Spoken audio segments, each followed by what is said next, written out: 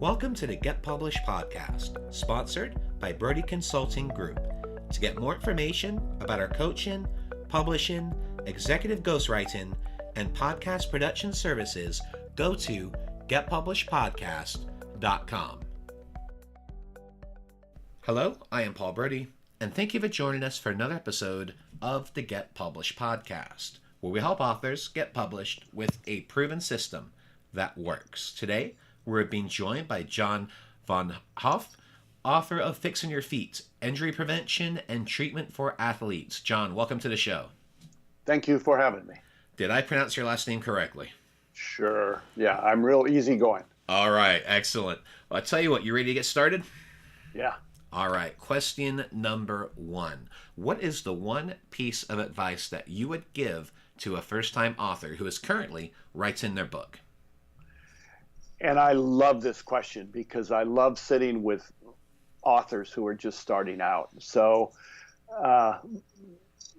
what I like to say is realize your book is not for everyone, as so many writers like to say. So my advice is to identify your book's audience. How will you reach them? What do they read? Where do they buy books like yours? A question that I often ask when I teach at conferences is, what one thing does everyone have? And the answer is everyone has problems. So how will your book help them? How will you offer them a solution to what they have? So know whom you're writing for and how can what you know help them, and then focus on that. And what do you feel is the hardest part about getting published?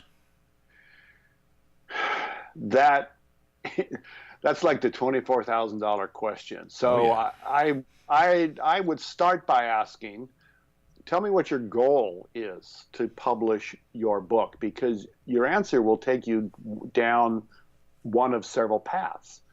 I think the hardest part is finding the right publisher, because there's a host of traditional publishers, loads of hybrid publishers, and way too many subsidy publishers. Mm-hmm. If you're a new author, it's really a challenge. But then even if you've traditionally published, you don't have a guarantee that they'll take your next book. Yeah. So anybody looking to get published, the question is, how will you connect with publishers? Are you simply using Google? Are you using writer market guides? Are you talking to other writers? Are you meeting publishers at conferences? I'm a huge fan of conferences. I've been going to them for over 20 years. Of course, many writers today are fine by simply using Amazon or Smashwords, and they publish an ebook. Mm-hmm. So learn your options. Listen to those who've gone before you. There's a lot of just authority and good advice out there. Learn who the names are that you should be following. Subscribe to the Writer magazine.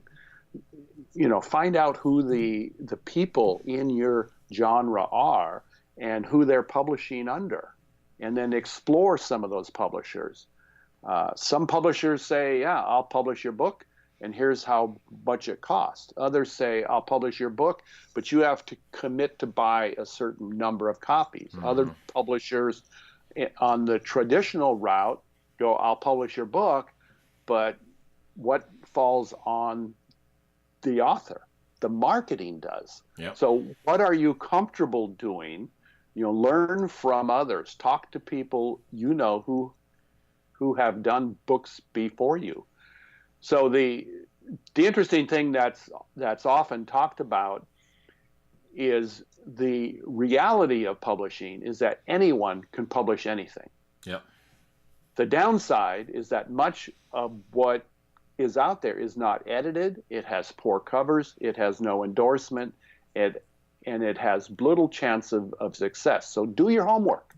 Find out what it takes to make a good book, and do all that work before you even send anything out to a publisher, because you shoot yourself in the foot if you send them something that hasn't been edited or that's poorly done. Yeah, and if you're wanting to go the traditional route, I mean, have that book professionally edited before you send it out. Don't expect the publisher to do it for you, because if you're going to send a manuscript and it's got all sorts of errors and typos and is basically a mess, they're not going to consider your book. But if you have that book professionally edited before you send it out, it's going to give you a much better likelihood. But the other thing you have to realize, and you've already touched on this briefly, is a lot of these publishers, they want people that already have an established platform. They already want thousands of followers, because those traditional publishers, they don't want to invest a lot of money in marketing your book. They want you to market it. And I think that's one of the biggest things that you have to realize, is that the author, they are expected to do a lot of the marketing. Yeah, yeah. And to touch on something there, many publishers are looking for an author who is not just a one book author. Yep. So how can you make yourself more attractive to a publisher? You know, like Paul said, what is your platform? And, you know, some people are saying now that it isn't so much how many numbers you have, how many followers, but it's, can you connect? Have you touched on what, or have you offered people a solution to a problem? How valuable is your book? Absolutely. And I think one of the biggest things too is if people are looking to find maybe a smaller publisher, an indie publisher, a vanity publisher, or hybrid, first of all, do your research, check for word of mouth, but also do your Google research. But the other thing is, when you are meeting with those people at conferences or at other events, ask them one simple question, and that is, what are your core values? And if they cannot answer that question within 5 seconds, I think you know the answer to the question. Yeah, that's it. That's an excellent question. Yeah, excellent. Well, and the reason I bring that up, and obviously I have a little personal bias, because I have a lot of people that I refer to as second chance authors, people that have come to me after being screwed over by a small publisher or independent publisher, a friend of a friend, or one of these internet book marketing or book publishing gurus, so to speak, that you see on social media flagging their wares. And it's always been a point of frustration with me, because I truly believe in core values, and I truly believe in truth and service and taking care of people. And the nice thing is, when we do have those second chance clients that come to us, we are able to take care of them. And it's the main reason is we don't write any checks that our butts can't cash. We are very clear. We tell them exactly how we can help them, but most importantly, we deliver with that. And it's some of the smallest things. One of the smallest things is just offering the fact that you'll respond to an email or a call within 24 hours. It's a very simple thing, but it's business 101, and it amazes me, whether it's publishing or any other industry, how few people actually do that. Yeah. There's a lot to be said for both publishers, and if you're looking for an agent, finding somebody that has credibility. Absolutely. Well, speaking of the marketing beast, what I'd like to ask you is to please share a marketing strategy that you have used in your book launch that has worked well. Well, I want to step back for a moment to the late 1990s. I published Fixing Your Feet. I did it myself, and there wasn't a lot of options to launch a book out there then, or at least not that was commonly talked about. So what I built was a website, but I tried in what was called an e-zine then, an electronic newsletter. I wrote articles for sports-specific magazine. I put ads in some of the magazine, which is very costly. I spoke at sporting goods stores, at running stores, and so forth. That was pretty much it, because all this social media stuff hadn't even been thought of then. But bottom line is, I put my email out there, and I've always responded to questions. And sometimes that'll go on for multiple questions too. For Fixing Your Feet, I got involved with serving on medical teams at events. Now I'm talking 24-hour runs, 7-day events in Chile and Costa Rica and so forth. I met the athletes and the runners where they were so they could see me work, and they became my fans. So that was back then. I would still do that today, but for my next book, I'm developing a formal launch plan. I'll use social media heavily. I'll offer, and I've already got pre-release offers thought of. I'll offer additional benefits for multiple copy buys, for bulk copy orders. I'll do audio and video. I'll do blogs. I'll try for interviews and, of course, articles. I'm trying to get what other people have done for a successful launch and build on that, but making it mine. And of course, all that's on top of, I will have it professionally edited. Mm-hmm. I will have a cover done if I do not end up going with a traditional publisher. And hopefully I'll have well-known names for a forward and as many endorsements as possible. If I don't get a traditional publisher, I will do it myself. And I have no problem doing that. I love it. Yes, there's more challenges, but in today's publishing environment, if you're an author, you're going to be doing the bulk of the marketing anyway. So learn what a launch is. Learn what your marketing options are, because if you just put a book out there, just because you put it up in Amazon or some other spot, doesn't mean it's going to be bought by people. Absolutely. It could disappear into the Amazon rainforest because there's millions of books out there. Yeah. There's many ways to market a book, but a lot of people, I know folks personally who they don't want to market it. They just want to get on and write their next book. Well, then their first book isn't going to be a success. And a publisher, a mainstream publisher anyway, is going to look at your numbers. How many copies have you sold? Well, I'm very proud to say Fixing Your Feet through 6 editions has sold over 60,000 copies. In today's environment where many books don't earn their advance out or sell under 200, 250 copies, I'm happy. Well, and you heard that right. 6 editions. And that was one of the things I wanted to touch on next, because I think it's very impressive that your book is in its 6th edition since starting this journey.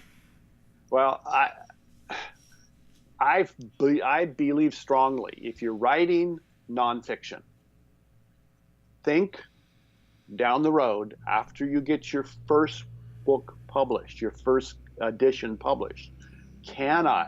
Should I take this book to a new edition? Do I have new content, which is generally thought to be 10%? What can I add to it? Is the market changing? Is is there new material to put in it? Can I add new chapters to it? How can I update it? Because every time you come out with a new edition, it gives that book a new life. It has a new ISBN. It keeps going and it keeps selling. And I see that every time one of mine comes out in a new edition. Absolutely. So your recommendation is, with a new edition, typically around 10% new content? Right. Correct.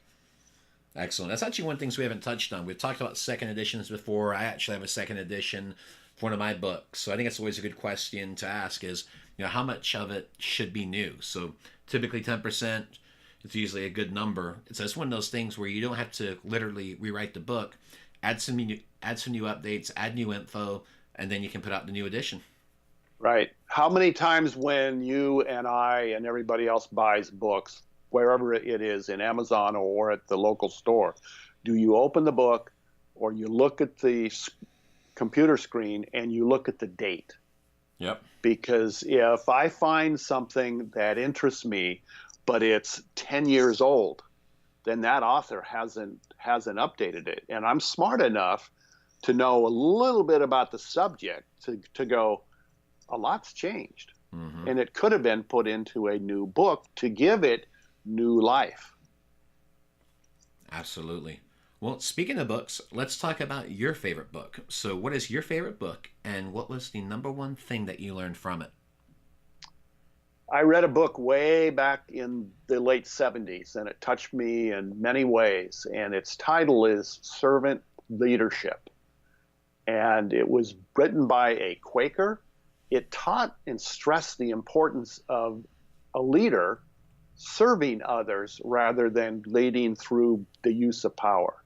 And that's how I operate. I love to serve others, and I think that's reflected in my writing and as I teach at writers' conferences too. That book, I mean, it's almost 50 years old now, and it's full of underlines, margin notes, and cut corners of pages. I cut corners of pages because I can kind of open it up and find things easier. It's been a powerful book that has been my all-time favorite. And for a final question, what is your favorite quote and why? I love quotes. They can be so powerful and inspiring. And I found one that I'm going to put in the front of my new book. And the quote is, "If your actions inspire others to dream more, learn more, do more, and become more, you are a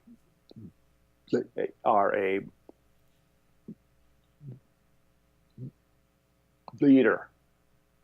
I think that's so important, and that comes from John Quincy Adams, the 6th president of the United States. Well, that is an excellent quote. Well, John, I want to thank you for being a guest on the show. What is the best way for people to find you online? Well, it's actually my name, which is John, John, Vonhof, V as in victory, ONHOF.com. Well, John, thank you once again for being on the show, and I wish you all the best in your author journey ahead. Thank you for having me, Paul. This has been fun. Thanks again for joining us today. To learn more about how you can be featured in our brand new Get Published business book, go to getpublishedpodcast.com.